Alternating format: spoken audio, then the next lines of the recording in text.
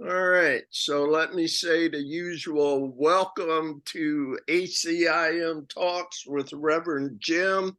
It's the day before the holiday, the 4th of July, and I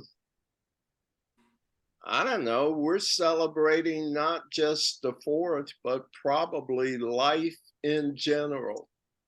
So I look forward to a productive discussion with you, a valuable discussion. Looking forward to continuing with our complete and Annotated. annotated edition of the preface to A Course in Miracles. But listen, before that, to get us in the mood, I've got some meditation music. And why don't we just take a few minutes of quiet time?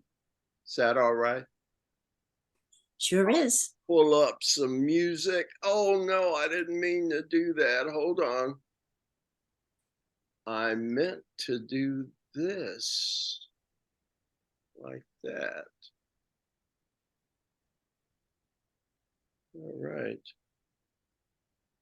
And so just some meditation music for a few minutes.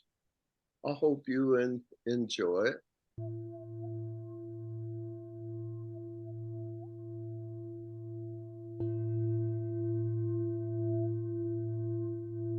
Can you hear it all right? Yep. Yes.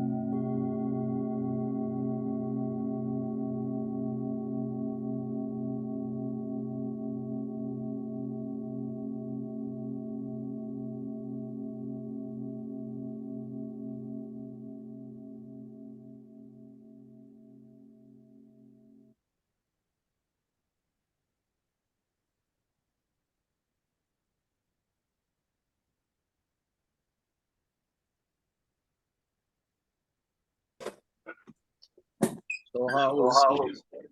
That was very Very nice. nice. All right. Of course, it doesn't take much to get you all in the mood. So why don't we just get to it? I'm going to share screen again because I'll put up the CE edition and we'll pick up on page 3, okay? As far as readers, I've got me first, Kathleen second, Joan third. I'm sorry. Yeah, Joan third, and D is numero quattro. Is that okay? Okie dokie. All right, here we go. Let's see. We're gonna put up. All right. Now, what do I do with this thing? Maybe down here. That was page 2. So I'll start on page 3 and read until I get tired. Is that okay? Uh-huh. Sure. Study of the text is the first phase of the course's program. It is here that the course's thought system initially enters our minds. This is only the beginning of the process, yet it is the foundation for all that follows. Comment so far? All right, so we talked about the text. The second volume, the workbook, contains 365 lessons, one for each day of the year. In each lesson, with the exception of review lessons, we take a single course idea and practice it in specified ways throughout the day. As we apply it to ourselves, to others, and to our family situations and events, our perception shifts and we see with new eyes. We feel peace where before we felt anxiety and agitation. We ultimately learn to unfold each day in peace so that we begin the day in a state of peace, renew that peace throughout the day, recover it when it is shaken, and end the day resting in that same peace.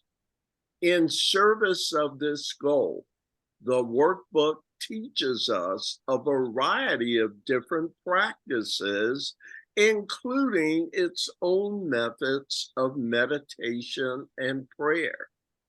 The workbook then is really a training program in the course's system of spiritual practice. Even though it is designed as a one-year program, it is meant to ground in us a lifelong habit of spiritual practice to usher us into a new internal way of life. First of all, can you read this okay? Do I need to make it bigger or are you okay? You want to try? I'm reading it from the book, so it's up to Yeah. Joan. All right, Joan, Yeah, can it's you okay. see? Yeah. I love this paragraph. I think it just eloquently sums up the workbook for students. What do you all think? Anything? Yeah, I love the stress on I love the emphasis on peace Yeah. and to reach. Yeah. Did you see the thing about generalization? What Remember, sentence? I've Oh, always, they're not. Yeah. as we apply it to ourselves, to others, and to our daily situations, events, Wait a minute.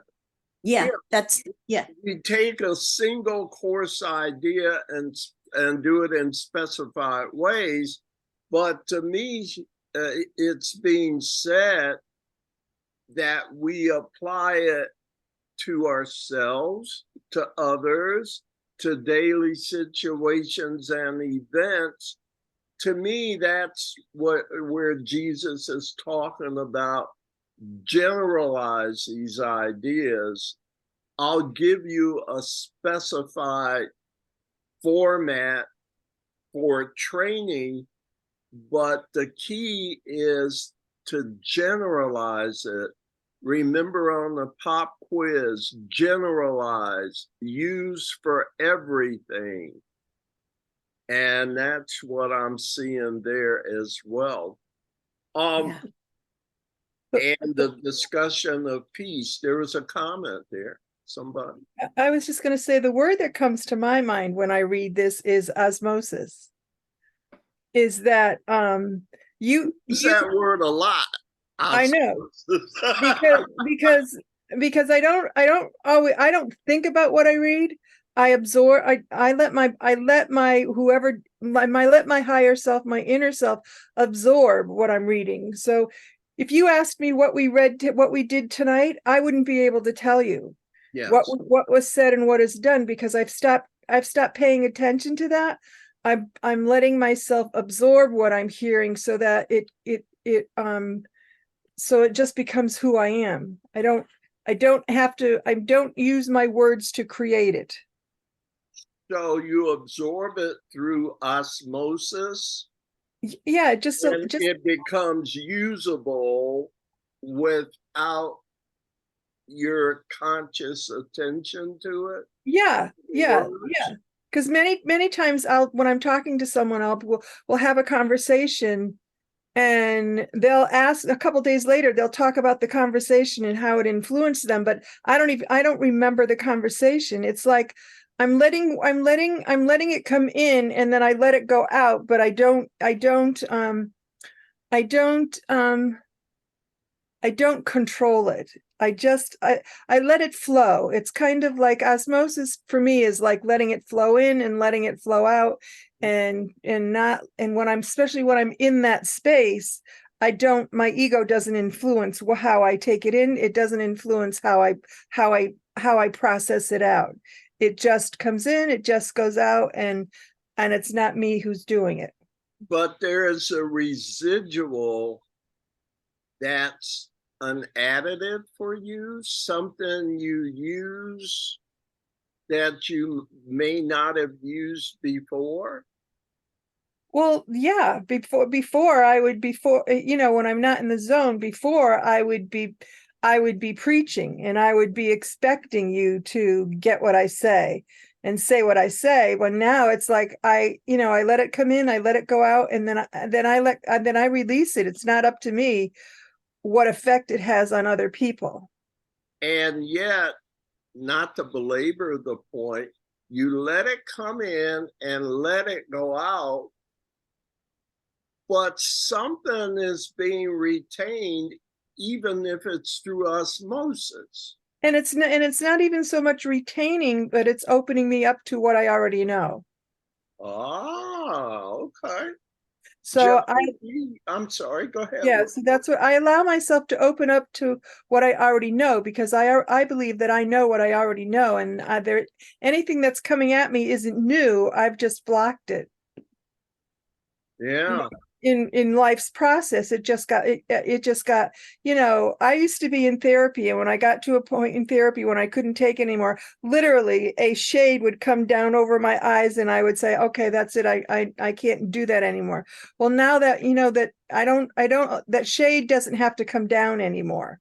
I just am able to absorb what I absorb. I try to maintain an even flow.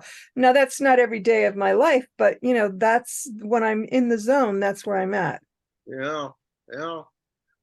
Joan, you got any comments either on what Kathleen's saying or this paragraph, or D, either of you? Well, I just noticed that this peace they speak of. I feel that a lot more. Mhm. It's Yeah. peace Uh, is sort of woven through my day, I guess, and huh. when I get Peace is thoughts that are not peaceful, I recognize them and let them go Well, and go that back to word being seems peaceful. to be quite a big part of A Course in Miracles, that word peace. Mhm. But before I go on with that, Dee, I wanted to see if you had something. Yeah, what stood out for me in the reading thus far is the emphasis on peace. And I particularly love the description they use in the sentence. And it says, we ultimately learn to unfold each day in peace so that we begin the day in a state of peace, renew that peace throughout the day, recover it when it is shaken, and end the day resting in that same peace. Mhm. Uh-huh. So That's really emphasizing that it's about peace. let's dig a little deeper and talk about peace and why it's such an essential part of the teaching mechanism of A Course in Miracles. My favorite one about peace, the opening to chapter 8 in the text.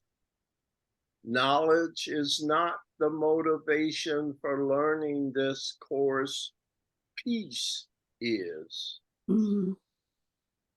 Why is peace so important to learning this course?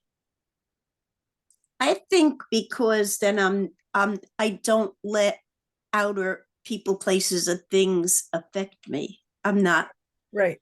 disturbed by them. I don't have resentments. I don't attack others or myself. It's a beautiful state of being. It's very difficult for a good teacher to teach. You have to think about, well, it's just difficult to teach someone who's distracted.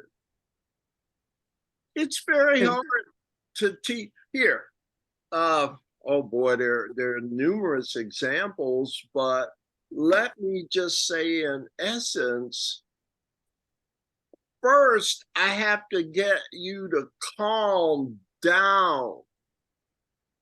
If I can get you to calm down, I have a reasonable shot at communicating something. Mhm. True.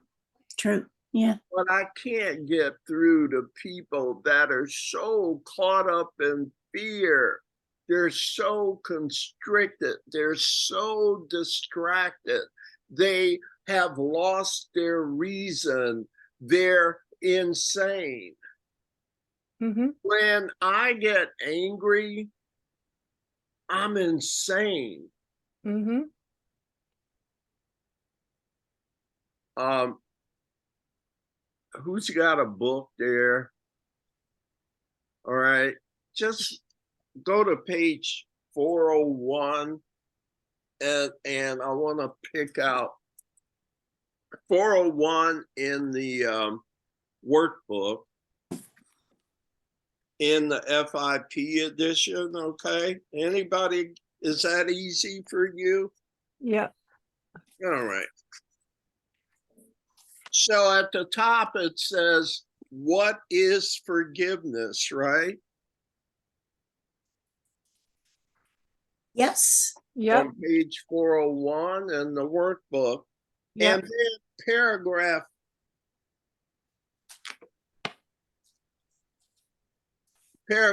3.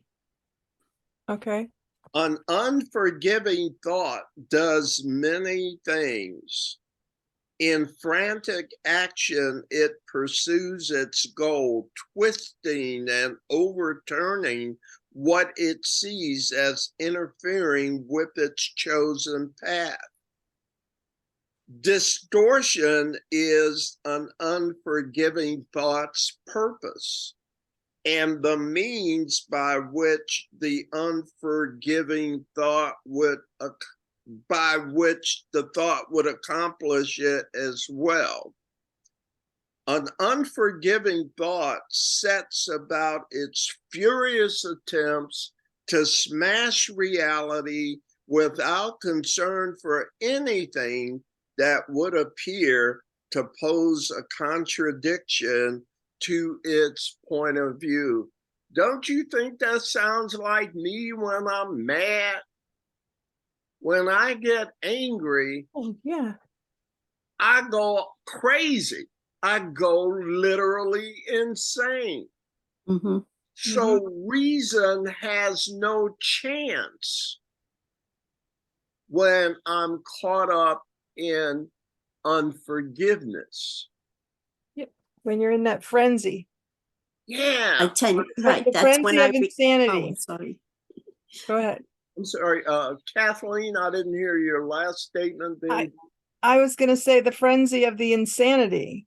You know, yes. and when I started, and I used to have very severe anxiety attacks, what I started to do was carry, before I even started with the course, a little 4x4 card in my pocket, so that when I was in the middle of the anxiety attack and I couldn't figure it out, all I had to do was pull out and read my instructions as to what I'm supposed to do. And that's what the Course in Miracle is you pull out your little instructions when you're in that craziness and you go, oh, that's what I'm supposed to do. Yeah. And Dee and Pat would use their bracelet. Purple bracelet, yep. Yeah. Or they get a bracelet, what would Jesus do, and remind themselves. Or a lot of times, if I just stop and count to 10, I give reason a chance to come back. And that's what I was referring to when I was saying that peace allows me to not react to people, places, or things. I could respond Right. instead of reacting. Mhm. Yeah. So, And that's what the workbook lessons are intended to do, to use them, use them all day, but let them be in place when we're tempted to forget. yeah. And it And brings us back. yeah, and that's why I use osmosis, because osmosis, it just flows in and you don't have to think about it and it's there. So it's just, that to me, it's just absorbing what I hear beyond my my subconscious. I'm absorbing it into that place where I know it's true and my truth is my truth.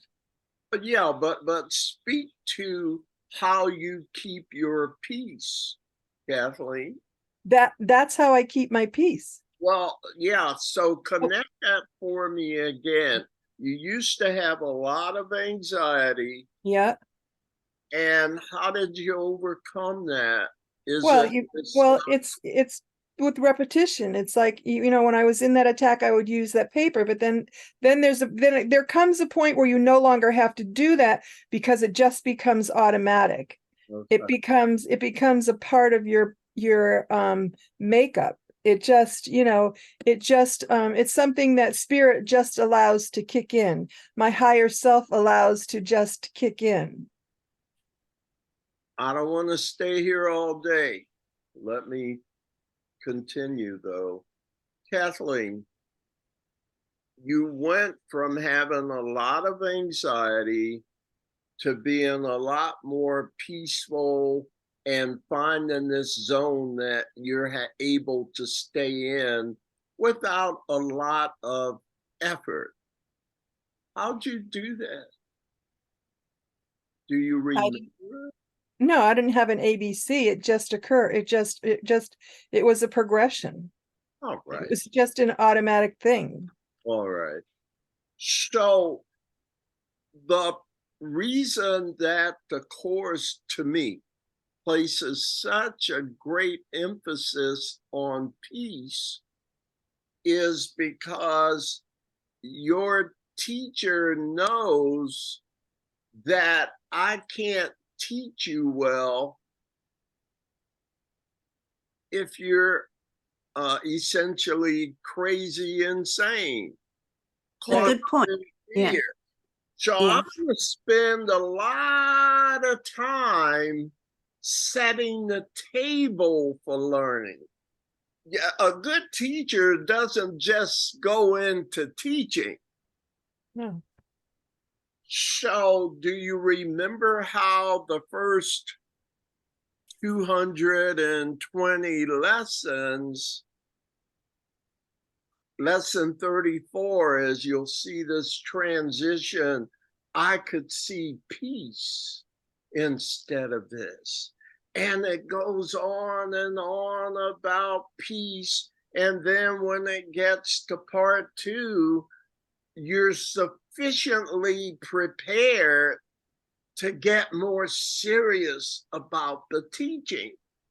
But the first part of the workbook is to calm me down by having me to consider a new self-concept. This is what I thought I was. I was very upset. I felt very like a victim. I felt small.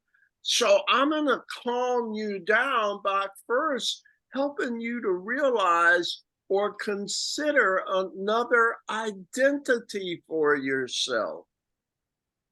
Yeah, and that's all part of a process. Yes, and he spends a whole lot of time trying to prepare for part 2 of the workbook.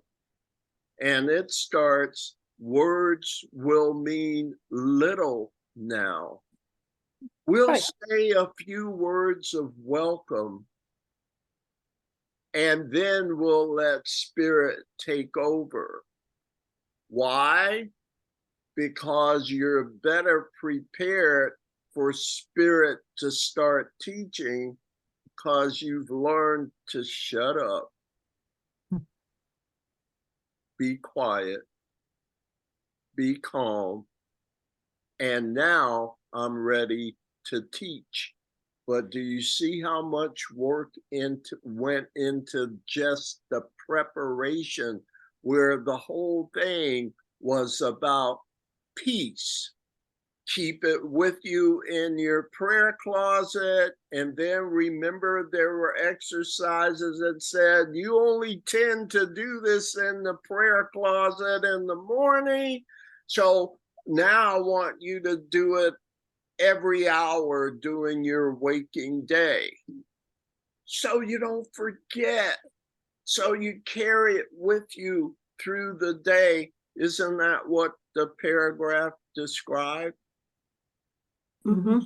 Mm-hmm. Yeah. And that's So- how the shift in perception really happens, is through practice daily throughout the day, not just daily.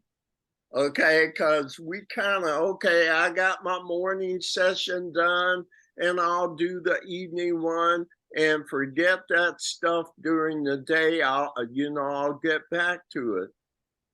But it's during the day when I need it. Mm-hmm.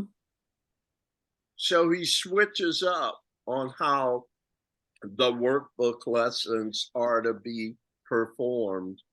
Anything else on this paragraph, my friends? Well, No, but I agree. The more I practice, the more it becomes my new habitual way. right. And right, it's in place then when I need it. If I practice it while I don't need it. right. Say that again. If you say that again, Dee. If I practice it when I don't need it, when I'm not in turmoil, when I'm not in angst, it becomes my new habit for when it's in place for when I do need it, Because right. when I'm off track. Because Yeah. you've already got all the stuff in place so that when it gets triggered, it just automatically flows out. Yeah, or at least you're strong enough to try it during other times of the day because you practice diligently in your prayer closet. And here, I always say it's nice to meditate in your prayer closet or with your eyes closed and then a quiet environment. But that is not the goal. The goal is to have you be an open-eyed meditator, that you carry meditation with you throughout the day. Right. Because that's when you really need it. Yes. You can practice in the prayer closet, but the point is to carry it out of the closet with you where it's really needed. Comments on that further? Well, it's just practicing and visualizing it until it becomes automatic. And that's what practice does. It makes whatever it is automatic, whether it's, I took a class in not self-defense, but safety, security. And what the gentleman did was he had us visualize walking to the car, having our keys with us, and then imagining what we would do if someone came up behind us to attack. And he said, you visualize that every day, and you visualize it so that when it comes, you don't have to think about what you're going to do. You already know what you're going to do. So practice works in the secular world. It's also a tool in the spiritual world. Right, Should that surprise anyone? No, it's... Yeah. So the techniques are not all that churchy. Nope. Practice does make perfect. And perfect practice is practice in a certain, at any rate. I quit. Anything else? Well, I think it's important for I think for each one of us, it looks different what our practice is. You know, what returns us to sanity, what returns me to sanity. I mean, for some people, it's meditation. For some people, it's repeating a mantra. For some people, it's journaling. For some people, it's reading something spiritual. So it's important that, to me, it's important that we each know what works for us so that we use that. Right. And that's what, and that's what a teacher, true teacher, needs to realize, that everyone's journey is individual. It's not a journey that I can program into them. It's a journey that I can give them the tools to use, and then they can use it as it works for them. Is playing on a baseball team meditation a form of meditation? Sure. Sure. I mean, taking a walk, anything. Like I said, to me, the important thing is knowing what works for you, to be conscious of it. Right. So that you could turn to it. Has a certain leisure thing, but I'm thinking, like, I used to play baseball, and let me tell you, when you step up to the plate, if you want to practice being focused, being in the present moment, excluding distractions, if you want to get a hit, you'll learn at that same sort of intensity and focus that we're looking for during your deep meditation state. Yes. So, like, it's taking it off the mat. Pardon me? It's taking it off the mat. You practice on the mat so you could take it off the mat. Precisely. And some people get so good at the mat, but boy, are they a devil off the mat. But I digress. Shall we continue?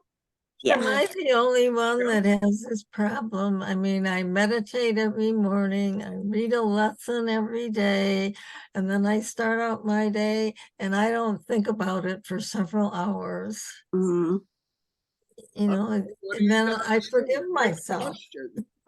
Great question, Joe. What would you say experienced Course in Miracles students to Joe? I actually have an alarm that goes off every half hour on my phone with the lesson of the day, and I literally do stop whatever I'm doing and think of the lesson.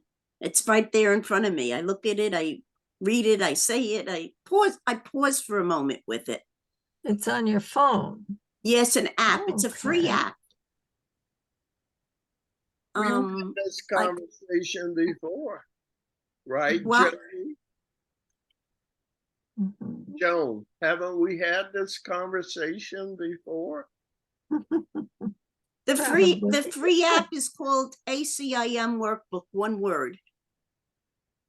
Joan, do And you use apps a lot? Pardon Can you me? hear me? Do you use computer apps a lot? No, I don't. All right. Yeah, listen, to me, try writing a lesson title down on a sheet of paper and carry it with you. Mhm. You do your Mhm. morning, make part of that, write down the lesson title on a sheet of paper, and commit to looking at it every hour. And if you mess up, Okay. that's okay. But if you do it a few times, you're on the right track. That way, it's not so much about technology and all of that. Old school still works. Yeah, I'm not a big technology person. right. Yeah. So What I I used to, do that. before I had a, a mobile phone, I had bought years ago the deck of cards with the Cards, yeah. lesson of the day from, and I would carry that, I would carry it with me every day. Some people I know take a picture of the lesson for the day, and Yeah. and then another way our group has done for many years, for a good number of years now, we each set an intention for the year for ourselves.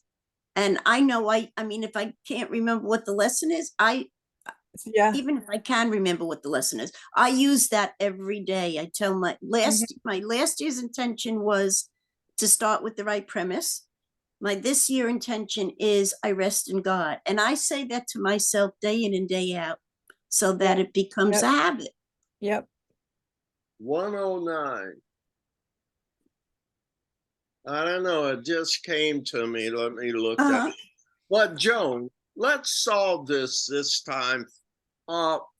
Tell me again. You do it diligently every morning, and Right. forget about it during the day. Is You know, am I got it? I do. It might pop in if something happens to upset me, and I use I And think then about what do you do? When yeah, something- then I remember the course and what it says, and yeah. What, And so it something helps. has to trigger me. Oh, got it what right.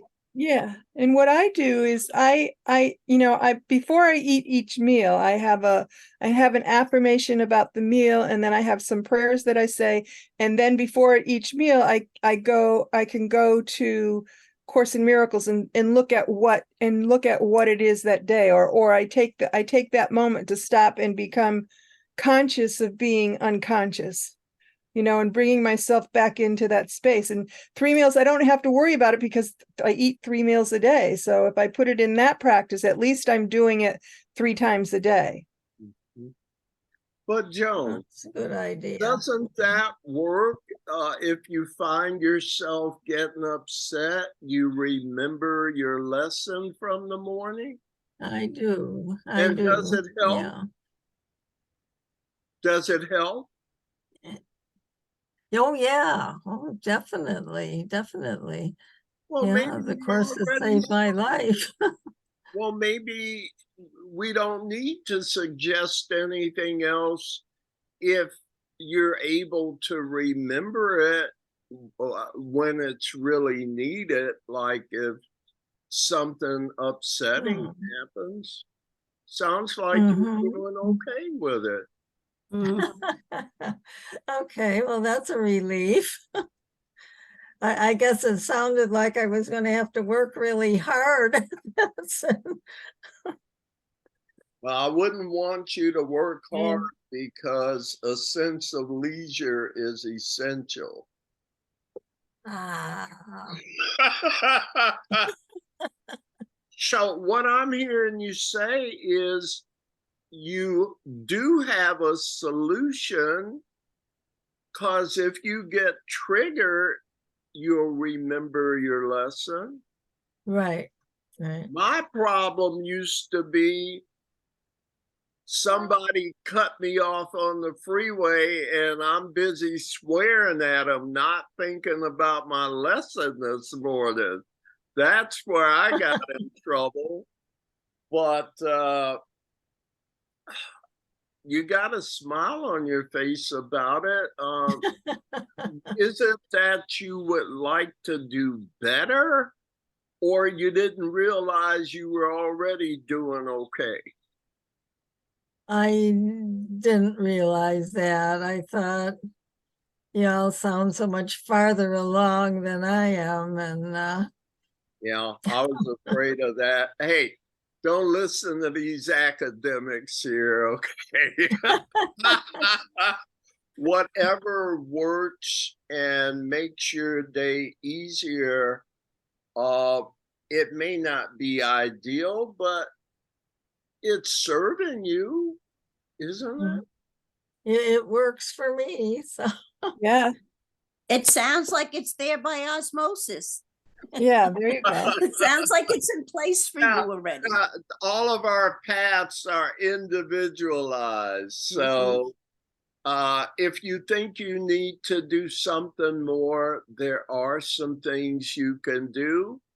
But if you remember as a result of a trigger, and your remembering helps you deal with the trigger, what more could we want? okay, is it good enough? Yeah, and at least until we want to come together and talk about what's next for Joan. I think we got time for another paragraph. Is that good? Okay. All right, we're all the way up to Kathleen. The practice of the workbook in the second phase of the course's curriculum. Through practice, the same ideas that we learned in the text become more deeply internalized. They increasingly become the lens through which we see the source of what we feel. Comment there? Well, I think it just says what we were saying. Yeah, same thing. You want to continue, Kathleen? Sure. The manual for teachers, while it can be read by a student, is written to those who have completed the text and workbook and will now extend the course's thought system to others. The manual focuses on two forms of this extension. The first form is that of the teacher of pupils, in which a more experienced student of the course plays the role of mentor, successfully guiding a pupil along the path of the course. This is apparently the course's preferred method for teaching and learning its curriculum. The other form is that of a healer who goes to those with health issues and shines the healing power of forgiveness into their minds. Extending to others can make many forms in addition to these, but in its essence is simply giving the love, usually in very ordinary ways. Comments?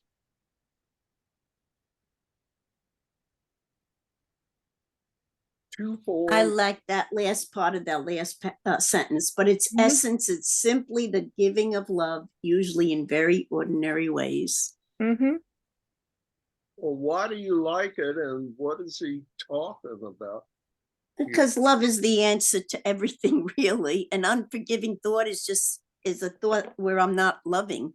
And so that's what I need to return to. Who wrote the preface? Is there Robert Perry. Robert Perry? Okay. Yeah. Two forms of extension. The first is that of a teacher of pupils. That sounds a little more formal, doesn't it? Mm-hmm. What Mhm. does do you remember in the manual, is there a discussion of healing? Of what? Healing, Healing. Yeah.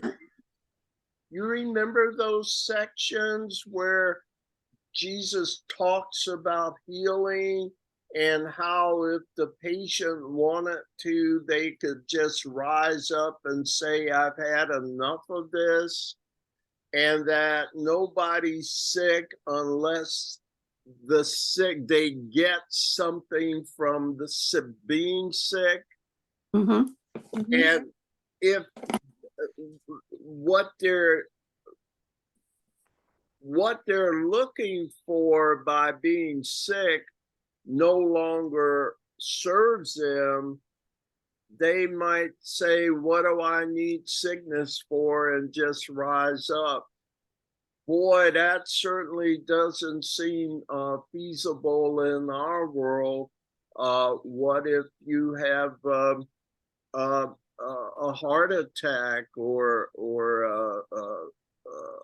a hernia, or you can just rise up from it, and you're having a hernia because it does something to benefit you? It sounded crazy at first, but we're a little more open to that, having studied the course, and in particular, the course's view on healing. And we're Which getting, is of the mind. yeah, Yeah, and we're not of getting the body. more. What, Kathleen, you said healing of the I body? said it's not of the body, it's if you can, you're thinking it, I've often, like I've said before, I've often done that with my pain. I often, when I get up and walk, I say that I'm walking with my spiritual body, but the pain is just coming along for the ride. It doesn't have any effect. Yeah. So at least you're bringing some degree of separation mentally between you and the pain. Yeah, Correct? the pain no longer tells me how to walk. My spiritual self sees me as whole, walking as a whole person, and the pain is just coming along. It may be there, but it doesn't affect how I walk. And so it doesn't hurt as bad. Yeah, it's not the main focus. I mean, I could focus on it and only be able to walk I wouldn't be able to walk at all. Whereas I'm not focusing on it. It may still be there because I haven't But it's let go. But it's not in the forefront of my thought process. right.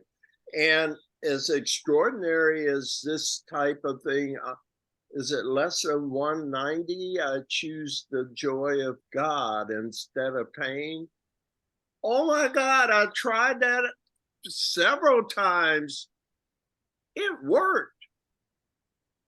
Now, I didn't have I don't know if I could use it if I'm run over by a car or something like that yet. But quite frankly, I was surprised at work with a headache or a pain in your knee or something like that as well as it did. But it brought up another alternative, which the course is famous for, ways to think about things that I had never considered as an alternative before. So it talks about who the pupils that will start coming your way as you become a teacher of God. Remember, there's a phrase most people know that says, when the student is ready, the teacher appears. But the corollary of that is that when the teacher is ready, the students appear. So as you pursue the manual for teachers, or just generally commit to being a teacher of God, don't ignore your students.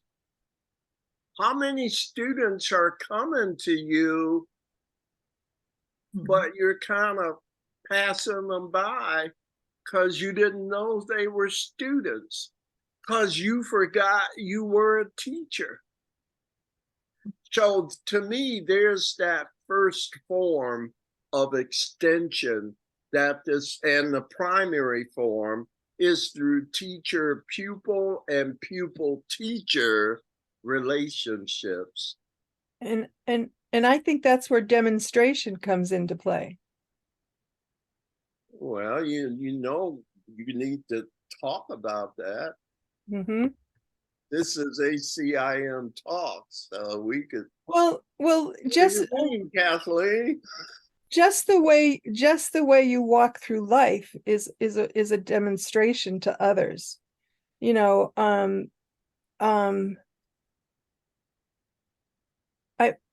just an example. I've had many people come to me and say, you always have a peaceful presence. You know, so it's a way of, that's a way of demonstrating it. I try, and I don't even try to do it anymore, but I because it's so automatic, is I don't get crazy and I don't get wrapped up in all the craziness. I try to put out a vibration of calmness. And just and when I talk with people, I try not to talk above them or below them.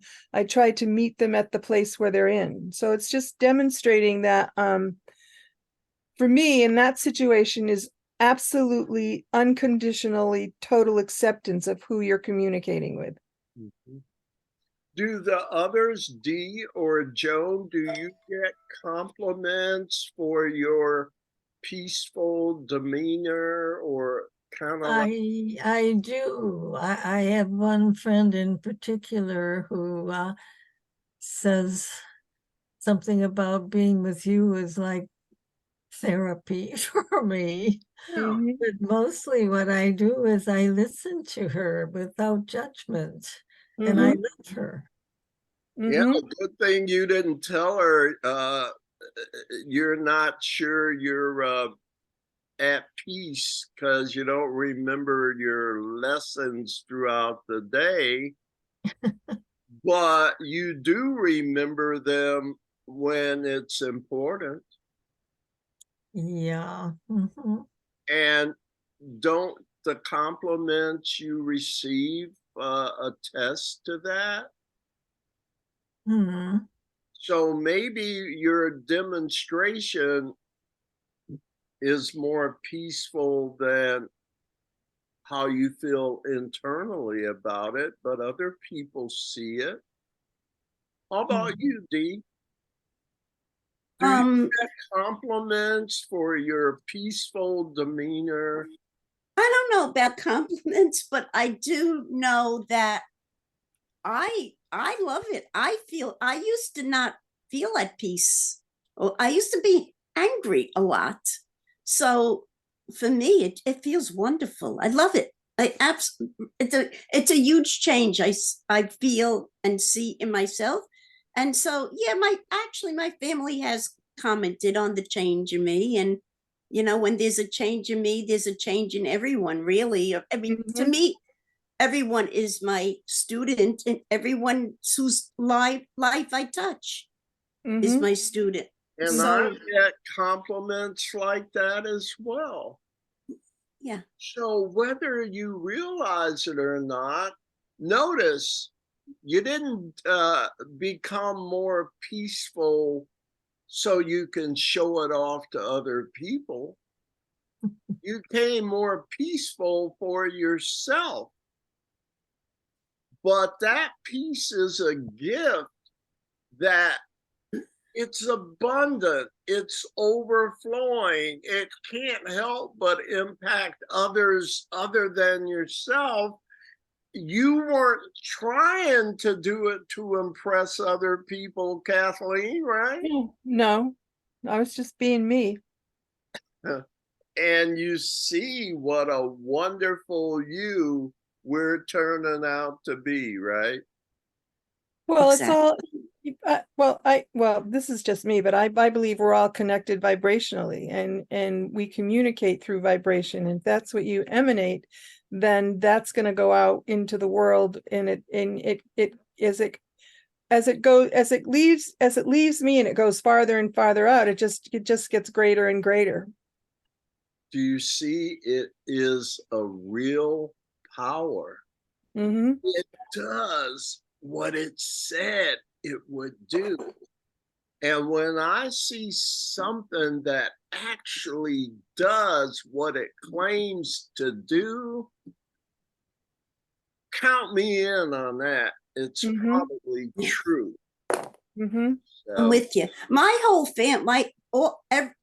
relationship with everyone under my roof has shifted tremendously. So by the fruits, it's like it's rubbing off on everyone. I'm going to Mhm. close out here. We're getting to time, but let me just ask you, are there other course students in your family, your husband, None. your kids, or Not my immediate family. My sister studies it too, but we're in different states. okay, I see what you mean. So listen, we did a whole page. Hooray. Uh we're good, right? Yep. So Yeah. next time we'll start page 4. Extension is the third and final phase in the courses program. Whoa, I'm excited to get into what that is. And let me stop share and say thank you for being here Thank you. tonight, Thank you, Jim. experienced Course in Miracles students. And I think our dialogue is really helpful to other students, whether they're Mhm. experienced or new to the course.